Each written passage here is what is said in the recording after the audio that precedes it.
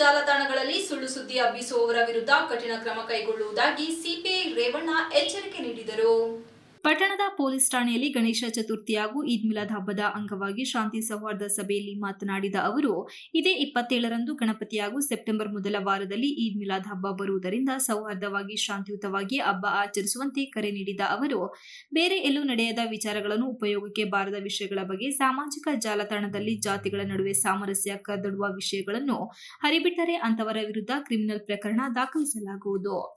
2 ಹಬ್ಬಗಳು ಒಂದೇ ಸಮಯದಲ್ಲಿ ಬರುವುದರಿಂದ ಎಲ್ಲರೂ ಶಾಂತಿ ಸೌಹಾರ್ದತೆಯಿಂದ ಆಚರಿಸಬೇಕು. ತಾವುಗಳು ಗಣೇಶ ಹಾಗೂ ಈದ್ ಮಿಲಾದ್ ಹಬ್ಬ ಅಂಗವಾಗಿ ಪೊಲೀಸ್ ಇಲಾಖೆಯಿಂದ ಅನುಮತಿ ಪಡೆಯಬೇಕು. ಫ್ಲೆಕ್ಸ್ ಹಾಗೂ ಬಂಟಿಂಗ್ಸ್ಗಳನ್ನು ಕಟ್ಟುವ ಸಂದರ್ಭದಲ್ಲಿ ಪೊಲೀಸ್ ಇಲಾಖೆ ಹಾಗೂ ಸಂಬಂಧಪಟ್ಟವರ ಬಳಿ ಅನುಮತಿ ಇದ್ದರೆ ಮಾತ್ರ ಅವಕಾಶ ನೀಡಲಾಗುತ್ತದೆ. ಮೆರವಣಿಗೆ ಸಂದರ್ಭದಲ್ಲಿ ಸಾರ್ವಜನಿಕರಿಗೆ ತೊಂದರೆಯಾಗದಂತೆ ಸ್ವಯಂ ಸೇವಕರನ್ನು ನೇಮಿಸಬೇಕು. ಗಣೇಶ ಪ್ರತಿಷ್ಠಾಪನೆ ಸಂದರ್ಭದಲ್ಲಿ ಪೊಲೀಸ್ ಇಲಾಖೆಯ ವತಿಯಿಂದ ಕಡ್ಡಾಯ ಅನುಮತಿ ಬೇಕು. ವಿಸರ್ಜನೆ ಸಂದರ್ಭದಲ್ಲಿ ಪೊಲೀಸ್ ಇಲಾಖೆಗೆ ತಿಳಿಸುವುದು ಕಡ್ಡಾಯ. ಮೆರವಣಿಗೆ ಸಂದರ್ಭದಲ್ಲಿ ಯಾವುದೇ ಅಹಿತಕರ ಘಟನೆ ನಡೆಯದಂತೆ ಎಚ್ಚರಿಕೆ ವಹಿಸಬೇಕು. ಇದಕ್ಕೆ ನೇರವಾಗಿ ಆಯೋಜಕರನ್ನೇ ಹೊಣೆಗಾರನಾಗಿ ಮಾಡಲಾಗುತ್ತದೆ. ಸಾರ್ವಜನಿಕರಿಂದ ಹಣ ವಸೂಲಾತಿ ಸೇರಿದಂತೆ ಯಾವುದೇ ರೀತಿಯ ತೊಂದರೆಗಳನ್ನು ಮಾಡಬಾರದು. ಮಸೀದಿಗಳಲ್ಲಿ ಎಲ್ಲ ಯುವಕರು ಸೂಕ್ತ ಮಾಹಿತಿ ನೀಡುವ ಮೂಲಕ ಅತಿರೇಕದ ವರ್ತನೆಗೆ ಅವಕಾಶ ನೀಡುವುದಿಲ್ಲ. ಅಂತಹ ವರ್ತನೆ ಕಂಡುಬಂದರೆ ಅಂತವರ ವಿರುದ್ಧ ಪ್ರಕರಣ ದಾಖಲಿಸಿ ವಾಹನ ವಶಪಡಿಸಿಕೊಳ್ಳಲಾಗುವುದು ಎಂದರು. ಪಿಎಸ್ಐ ಎಸ್ಜಿ ಪಾಟೀಲ್ ಮಾತನಾಡಿ, ಹಿಂದೂ ಹಾಗೂ ಮುಸಲ್ಮಾನ್ ಬಾಂಧವರಿಗೆ ಪವಿತ್ರ ಹಬ್ಬಗಳು ಒಟ್ಟಿಗೆ ಬರುವ ಕಾರಣ ಯಾರೂ ಸಹ ಶಾಂತಿಗೆ ಭಂಗ ತರಬಾರದು. ಮೊದಲಿಗೆ ಗಣೇಶ ಹಬ್ಬ ಬರುವುದರಿಂದ ತಮ್ಮ ಠಾಣೆ ವ್ಯಾಪ್ತಿಗೆ ಬರುವ ಪ್ರತಿಯೊಬ್ಬರು ಗಣೇಶ ಕೂರಿಸುವ ಸಂದರ್ಭದಲ್ಲಿ ಇಲಾಖೆಯಿಂದ ಅನುಮತಿ ಪಡೆಯುವುದು ಕಡ್ಡಾಯ.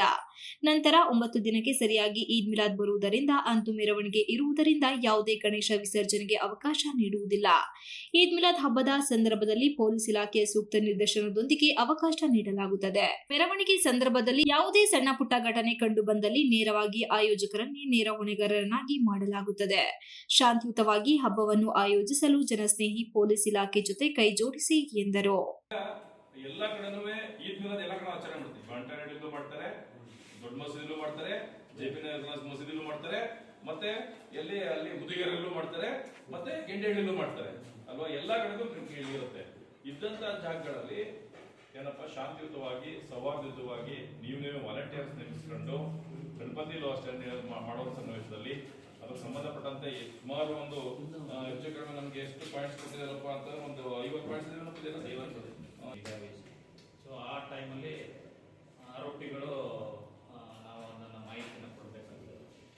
ಅವ್ರಿಗೆ ಇರುಸು ಮುರುಸು ಉಂಟಾಗ್ತದೆ. ಪ್ರತಿ ಸಲ ನಾವು ಹಬ್ಬದ ದಿನಗಳಲ್ಲಿ ಹಬ್ಬದ ವಾತಾವರಣ ಸಮಯದಲ್ಲಿ ನಾವು ಠಾಣೆಗೆ ಕರೆಸಬೇಕಾಗ್ತದೆ. ಸಂಬಂಧಪಟ್ಟ ಇಲಾಖೆಯವ್ರನ್ನ ಪಾಂಡವರ್ ಮಾಡಿಸ್ಬೇಕಾಗ್ತದೆ. ಈಗ ಬೇರೆ ಬೇರೆ ಕ್ರಮಗಳಿರ್ತವೆ. ಸೊ ಯಾವುದೇ ರೀತಿಯ ಪ್ರಕರಣಗಳು ಆ ಸಂದರ್ಭದಲ್ಲಿ ದಾಖಲಾಗೋದು ಬೇಡ. ಮತ್ತೆ ಬೇರೆ ದಿನಗಳಲ್ಲಿ ಸಣ್ಣ ಪುಟ್ಟ ಜಗಳಗಳು ಆದಾಗ ಇದೇ ವೇಳೆ ನಾಗೇಶ್, ಅಬ್ದುಲ್ ಖಾದರ್, ಪುರಸಭೆ ಸದಸ್ಯ ಫಯಾಜ್, ಚಂದ್ರಶೆಟ್ಟಿ ಸೂಕ್ತ ಸಲಹೆ ಸೂಚನೆ ನೀಡಿದರು. ಈ ವೇಳೆ ಪೊಲೀಸ್ ಇಲಾಖೆಯ ಎಎಸ್ಐ ಸೋಮಶೇಖರ್, ದೇವರಾಜ್, ಶಿವಸ್ವಾಮಿ, ಭುವನೇಶ್ ಹಾಗೂ ಸಾರ್ವಜನಿಕರು ಹಾಜರಿದ್ದರು. Ganesh, TV 46 news Kannada, Belur. You are watching TV 46 News Kannada.